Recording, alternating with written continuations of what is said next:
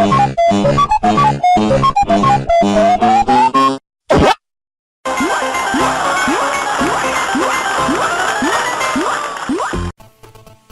up YouTube, Voan here today. I hope all of you are excited for the summers of this year. Yeah, Nintendo has announced that they are going to release a brand new NES Classic Edition that will include 30 classic games in one console. So that is a nice treat for retro gamers like myself, because I have been like a great fans of the original NES. I never really got the top loader though. I kind of think that the top loader was more of an inferior console compared to the original, but the original does have its problem. And my opinions on the new NES is that maybe Nintendo going to make this new NES to cater to all of us retro fans who grew up with the system, and to introduce it to the new generations of players who have never got the chance to experience the NES.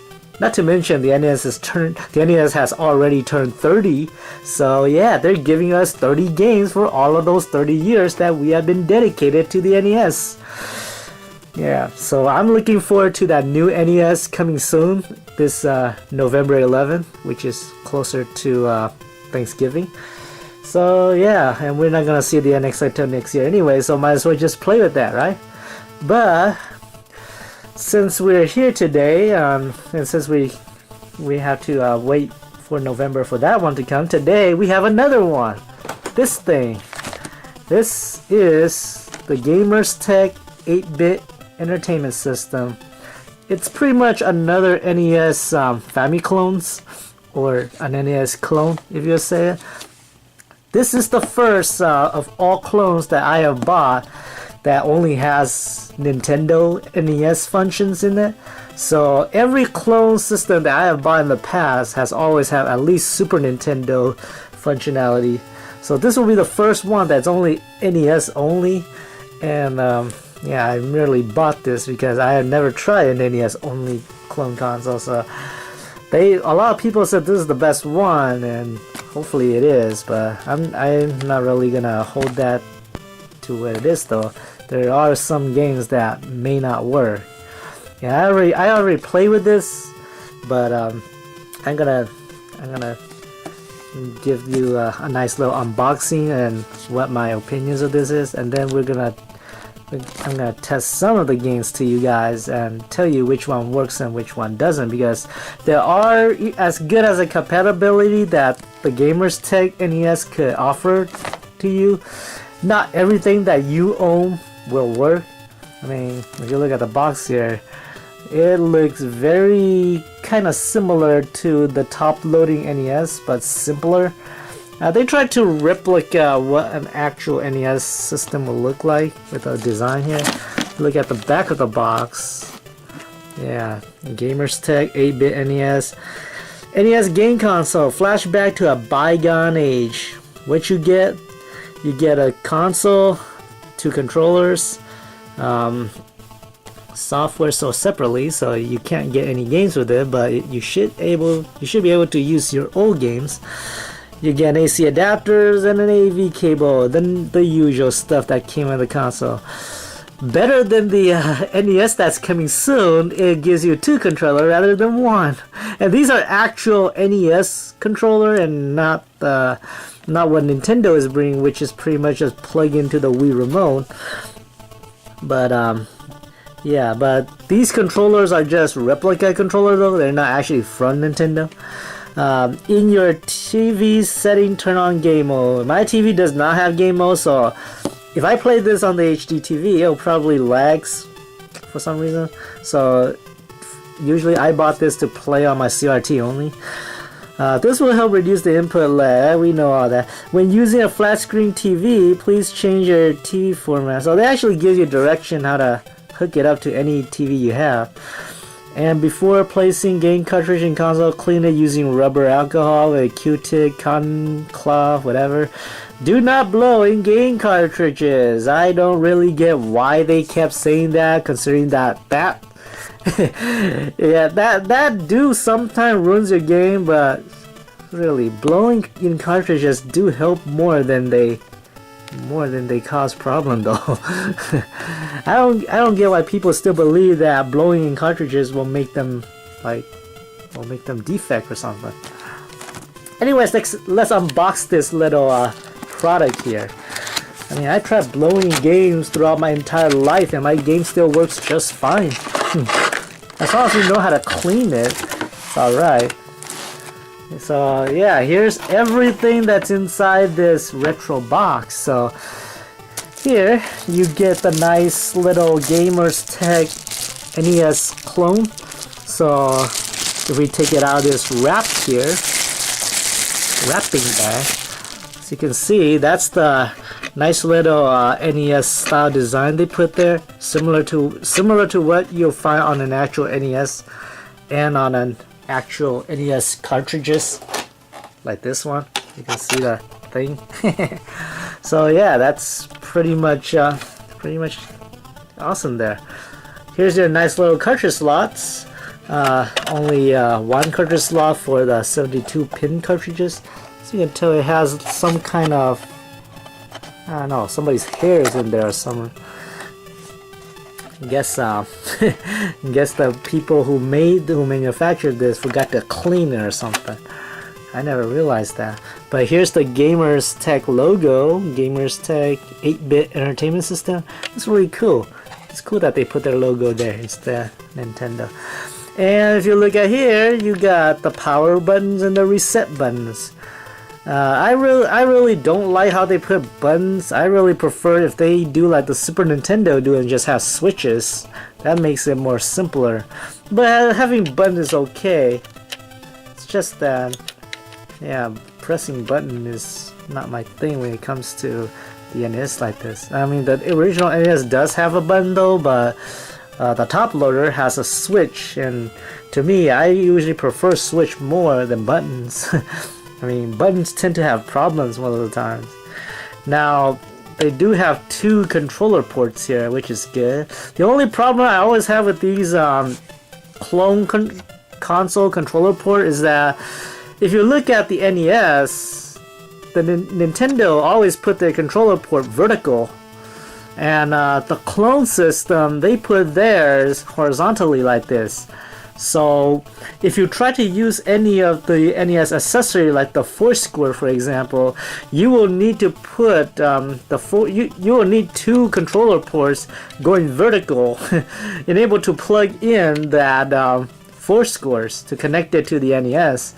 And the clone, the way they put the controller port like this, doesn't make it compatible with the Foursquares.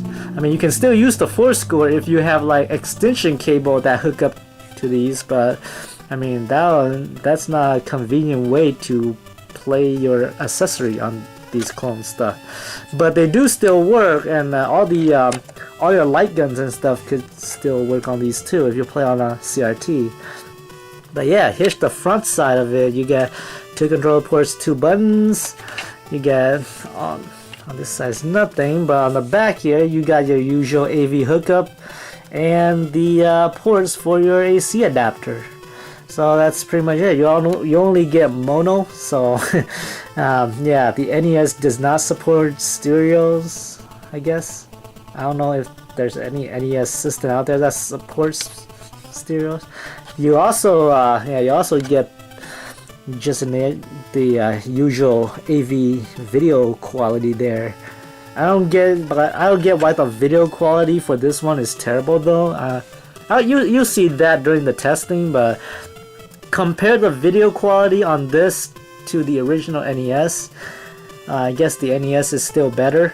I mean, they have these lines. I guess you can call them jail bars, but I call them just lines that you can noticeably see when playing any NES games. And yeah, it does pass OC though, or QC though, quality checks. So that's good. They make sure that it works just fine. And the back here is the sticker for the brand. That's good. It's made in China like all the other clones.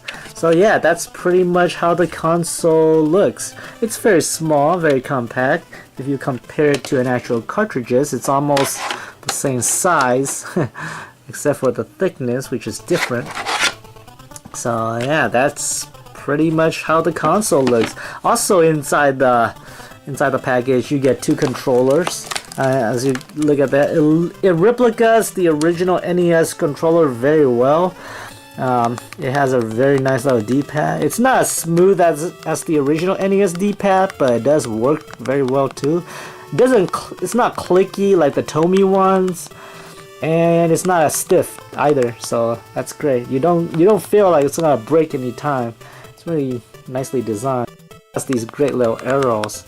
Now, yeah, there's a good thing and bad thing about having these arrows though. The good thing is that, yeah, your fingers you can use your finger to tell which direction they go to.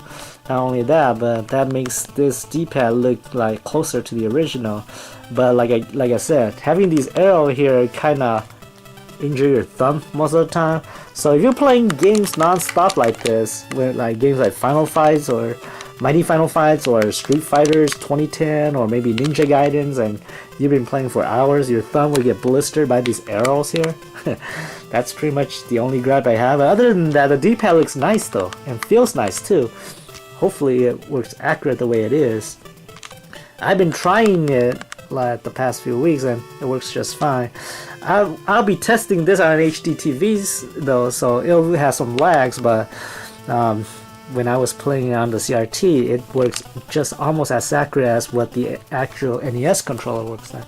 Also, they have the usual start and select. Yeah, unlike the Tomy and all the other clone repro controller makers, yeah, their start and select is kind of like more like a rubber plastic or more like a hard plastic or something, but the way Gamerz Tek designed theirs, they're more like soft rubber buttons here.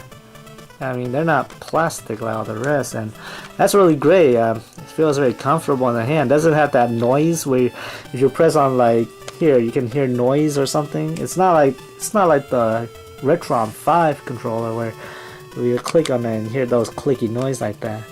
And the B and A are the same. Now this is the thing that controller makers or clone makers always mess up, is that whenever they make something like an NES clone or an NES accessory or something, or like an NES portable for example, they always screw up the B and A button by having the A over here and the B over here. And when you're playing the actual game, I mean, the A still functions as the A and the B still functions as the B. So imagine you press here to jump on Mario games and here to run. That's really awkward, and I hate when clone makers does something like that. I mean, it would be very terrible if Nintendo actually do something like that too. Nintendo never did something like that, but a lot of third party did. For example, Capcom, when Capcom was making the Mega Man Anniversary Collection for GameCube, they flip-flopped this shit, and you have to press this to jump and this to run or something, and that really makes playing Mega Man game on the collection awkward. Of course they didn't. Of course that was fixed on the PS2 version though. So if I recommend getting Mega Man collection, just get that new Mega Man collection on the Nintendo 3DS, you know, the classic edition that they have coming out, or just get the anniversary edition that was on the PS2, and don't get the GameCube one, because unless if you can mod the button to go like go the other way, but either, I mean, the way it was on the GameCube, it was very awkward. And there are a few NES games that also does that too. But like I said, a lot of clone people that makes clone devices for the NES or make NES stuff or Famicom stuff always screw up these two buttons. Nintendo always designed this to be reversed, so B is over here and A is always gonna be over here. Same thing when they brought out the Super Nintendo by adding Y and X. Y will always be over here and X is also gonna be over here. So it's backward reverse with a letter there, except for L and R, which are correct. So that's basically Nintendo's way of putting the buttons different from all the competitors, that is. So yeah, I'm glad the Gamerz Tek actually is faithful to the NES layout here. They put the B correctly on the B side and the A correctly on the A side. If this was any other controller, then it's okay, but this is the way NES is supposed to be, and I'm glad that it works the same way. On the back here, you see the usual thing. You don't get any message or anything like that compared to what the NES controller does, but yeah, but it is a good controller and works just fine. You also get another one. That one I haven't opened yet because I have only played one player. Soon enough, once I get another friend who can enjoy these with me, maybe we could try that one too. Also, you also get this nice little power adapter, quite like any other power adapter that came with any other system. So this only works on the Gamerz Tek. I'm sure it might work on other clones too. I mean, it's not like it's exclusively onto this system, but it's a good little thing. And they also include a V cable. Yeah, similar to what Nintendo did with the top loader. It comes with mono sounds and regular videos output. So you don't get RGBs, you don't get S video, just normal AV cable, normal AV video hookup. So yeah, let's get this thing a test run and see how it plays. We got a lot of games we have to test. So I'm not gonna test all of them though. I'm pretty much gonna show you how all these games that I got. So. But I will tell you that some of them will work and some of them will not. And this box did promises that not everything will work. So if you look at here, it says the Gamerz Tek 8-bit entertainment is compared with approximately 97% of licensed game. So yeah, 97%, meaning that if you have like 50 games, pretty much at least 47 or maybe 45 of them will work. Or if you have 100 games, maybe like 70 of them will work. That's pretty much the only thing I could think of. Other than that, almost all of them should work. So yeah, let's get to the testing of it and see how it fares. Okay, so the Gamerz Tek 8-bit system is all hooked up now. We got the TV ready. So let's test up the first game, Contra. Now this game will not be included with the NES Classic Edition that's coming November 11th. So if you like this game, then good luck because it's not going to be there, but you will going to get Super C, which is also available on the Virtual Console already. So if you haven't got that game, you can just get it there too. But now we're playing the first Contra game on the NES. I wish Nintendo would have included this one, but for some reason Nintendo didn't get the rights to it. So yeah, there it is, Contra. And as you can see, it looks very nice and works very well too. Let's see how it plays. See if it plays as good as what they say it is. So yeah, it works accurately. Yeah, like I said, there are quite a few lagging issue with this TVs and shit. I could have just come down here and kill the guy like that. I have issue shooting down like that most of the times. I haven't played this game for like months now, so.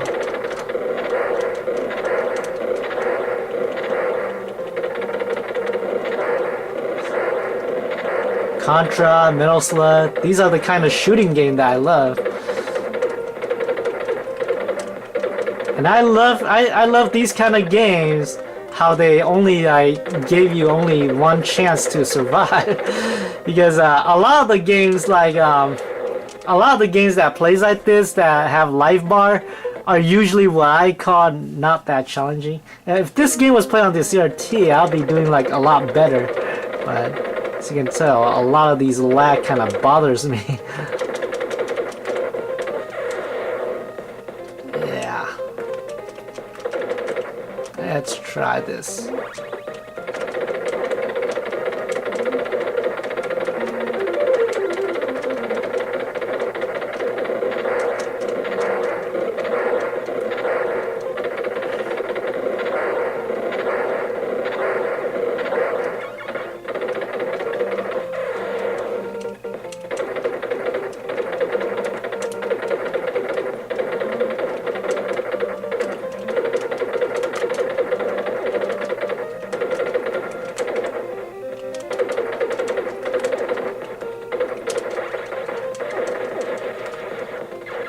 See if I could beat this first level without just playing this controller. Yeah, there's a lot of grunts down there. I hate that giant cannon. Anyways, yeah, that's Contra. It'll work better if I play this on CRT, but this controller works really well. Gamerz Tek, and the button doesn't have any glitchiness or any lag downs to them. They work just fine. If you play this on a CRT, it'll work like miracles, but that's what it is. So Contra works okay. Let's try Super Mario Bros. 3. This game will also be included on the NES Classic Edition, so every Mario game should be in there. But yeah.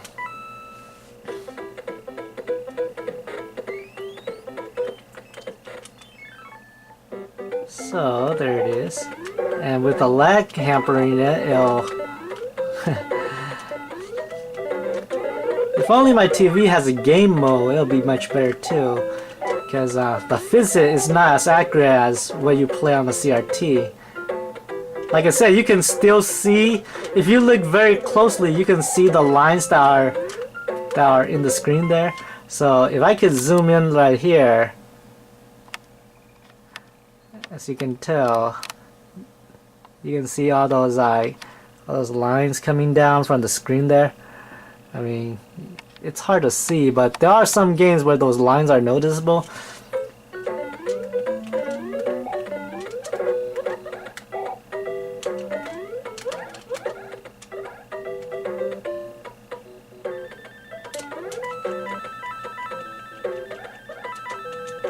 Yeah, you can see the lines up here too.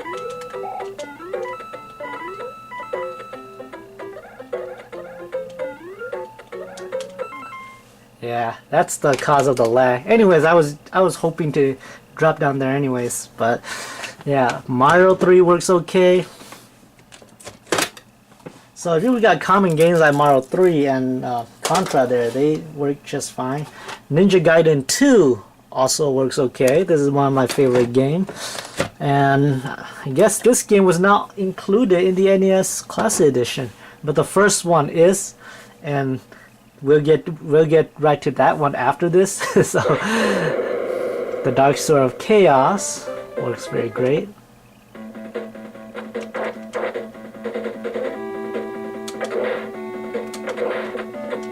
So you can see it works quite well. It doesn't have any glitchiness or slowdown or anything.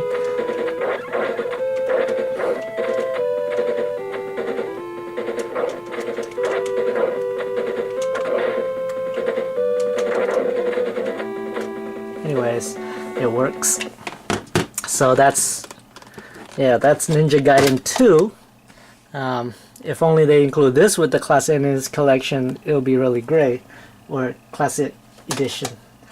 But now let's try Ninja Gaiden, the very first one. Now this one, the great thing is that this one will be included on the NES Classic Edition, and I gotta say, it is one of the best Ninja Gaiden game back in the days. I still have not gone through with this game though. It's a very challenging and hard game. But the thing is, with the Gamerz Tek here, it does not work. It's trying to work, I think, but every time I turn it on, it looks like this. So it has a glitch fest of a screen right there. And I have tried everything. I have tried everything with this game. I mean, you can give it 3 strikes. Yeah, there you can give it 3 strikes and it still look like that. So I don't get why it does something like that. This game might be one of the 97, might be one of the few percent that doesn't work. I mean, there's 97% of games that will work, and this game is not one of the 97%. So I guess you can count Ninja Gaiden out if you bought a Gamerz Tek. So Ninja Gaiden, the first one, does not work. You will probably only get to play the second and third one if you ever got this. So to me, that's a downer right there. And I mean, it's a downer because that's the game I own. The good part is that Famicom game does work. And it does work if you have a game converter like this one. So this is Choji Sentai Jetman. You have to turn it like this to make it work though. So yeah, there it is. So as you can tell, yeah, that's how it starts. So let's see how it plays like. Oh man, they got 2 hits. Okay, at least I got my health back.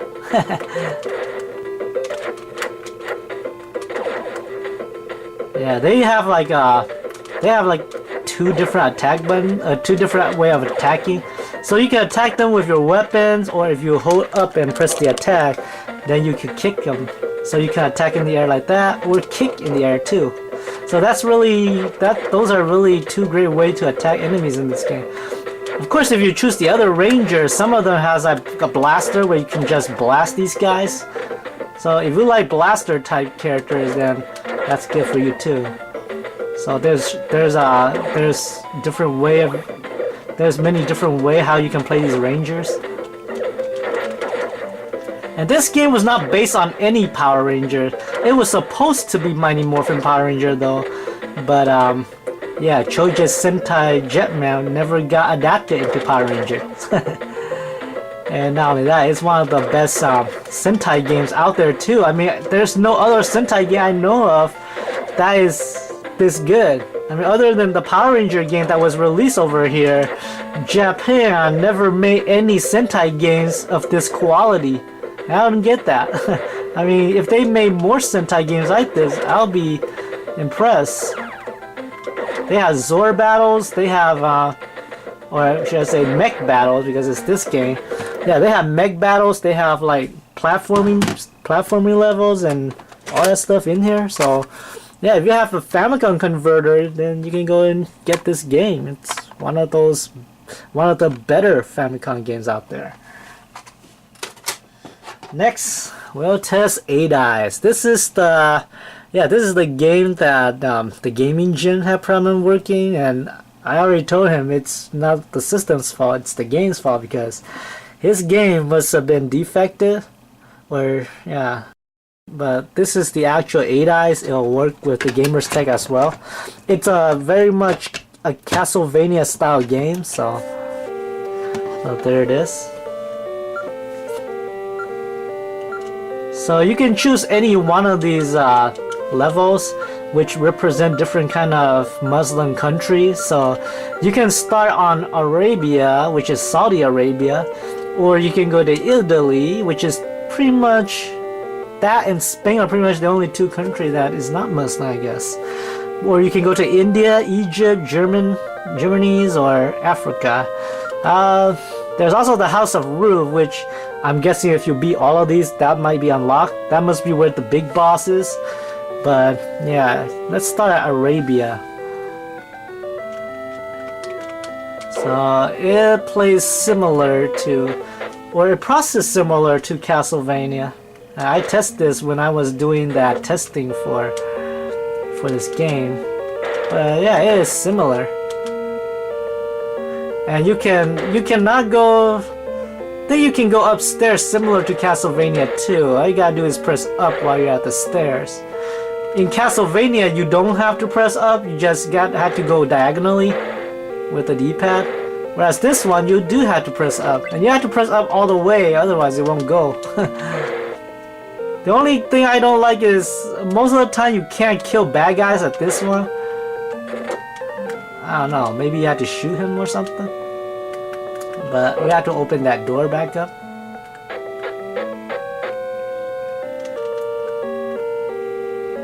Sometimes you will appear at different place of the screen too.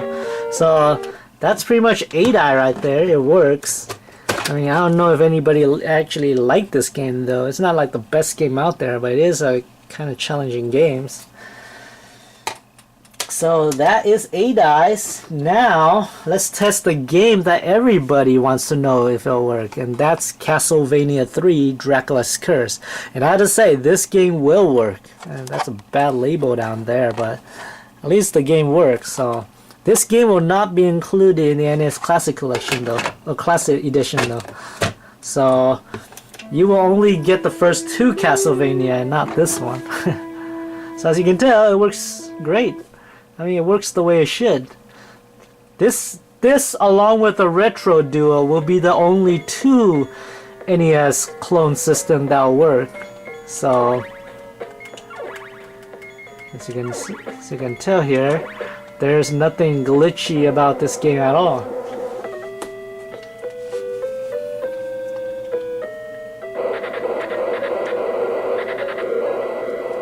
So yeah, let's play some Castlevania 3 for a while and see how it goes.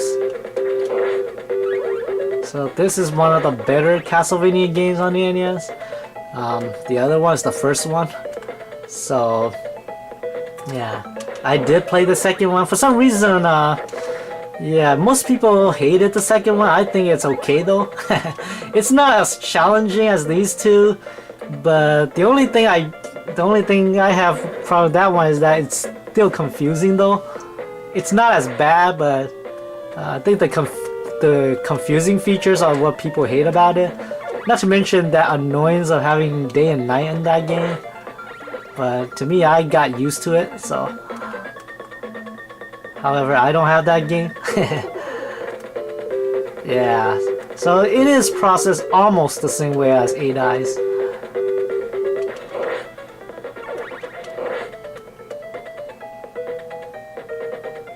So yeah, it works pretty well. There's no glitchiness or anything about this game. Haven't got very far with this game either, so.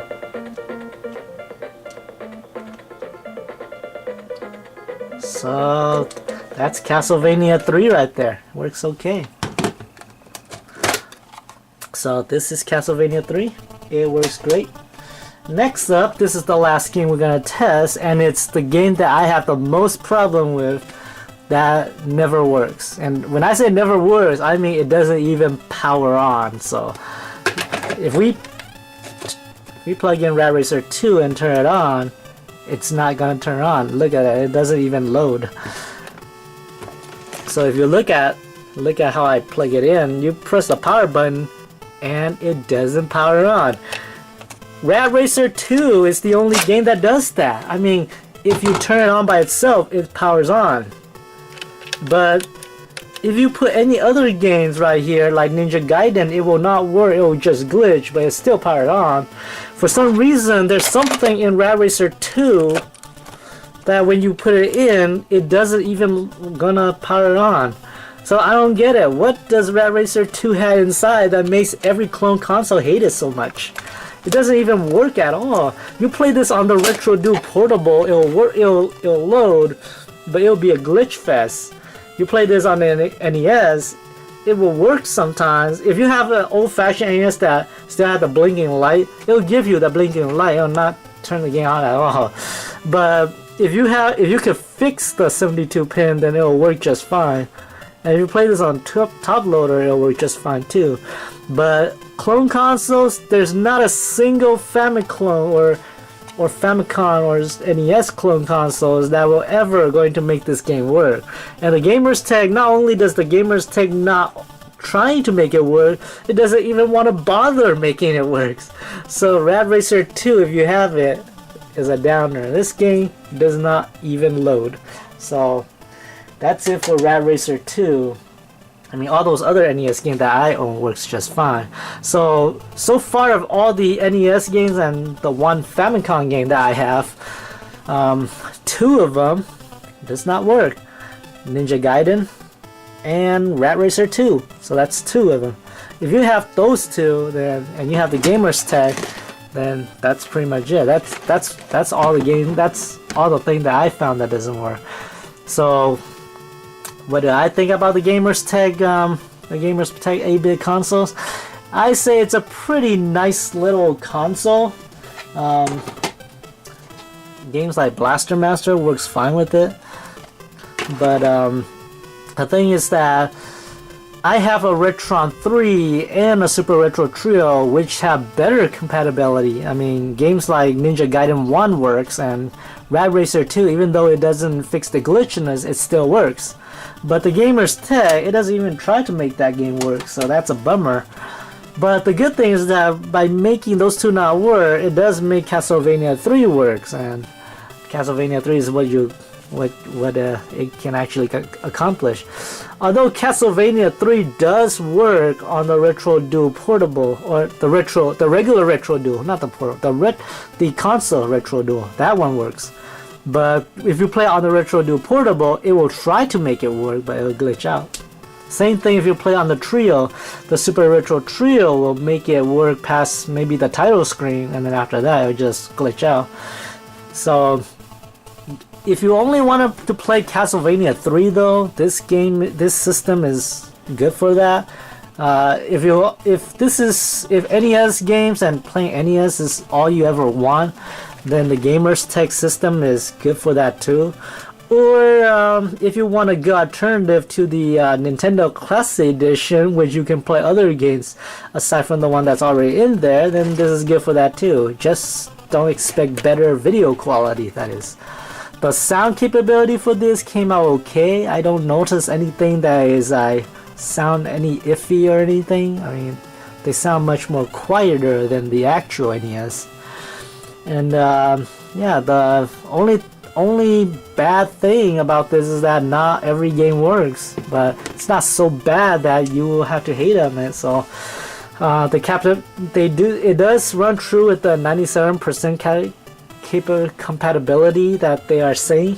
So if you have all the games that are in the 97%, then chances are you have nothing to worry about. But if you have games like Rad Racer 2 or games like Ninja Gaiden, it will not work. Maybe other games too. I don't know if Battletoad, I don't have that game yet, so I heard that Battletoad only worked up to level 2, and I'll have to test that out someday. Same thing for games like Dragon Warriors and Paperboys or Paperboy 2. I heard that those games have problem with clone systems, so I don't know if they'll work with the Gamerz Tek or not though. If they have problem with other clone, then they might be having problem with this one too. Those might be some of the few that are not included in the 97%. But other things like the flash cartridge, like those EverDrive, those will work too. And I think import games will work with it. A few Famicom games, if you use the converter, will work with it. Same thing like I did with that Sentai game. And I think a few homebrew games might work with that too. I'm not really sure. Homebrew, bootlegs, repros, all those might work. So yeah, if those are the only things you want, or NES is the only thing you want to play it with, then this Gamerz Tek 8-bit system is not a bad choice. It's the cheapest little Famicom I ever bought though. It only costs 25. That includes shipping as well. So I have to figure if it were for the price, it'll have a pretty bad grade. But I'm glad that it's not that expensive and it works the way it should. So that's a very good deal. If I had to give it a grade, I'd give it at least a B. And the reason I only got a B is because of the compatibility. If it fixed the compatibilities and yeah, if it can manage to make some of the games that doesn't work on other clone work on it, then it's good. I'm glad that it made Castlevania 3 works, and a lot of people were very strict on other clones because Castlevania 3 is their favorite game and it doesn't work. So if you want this just for Castlevania 3, then you can get it. It's very cheap for it too. And the controller that came with it works just fine. There's nothing wrong with it. Play it on a CRT and they were great. So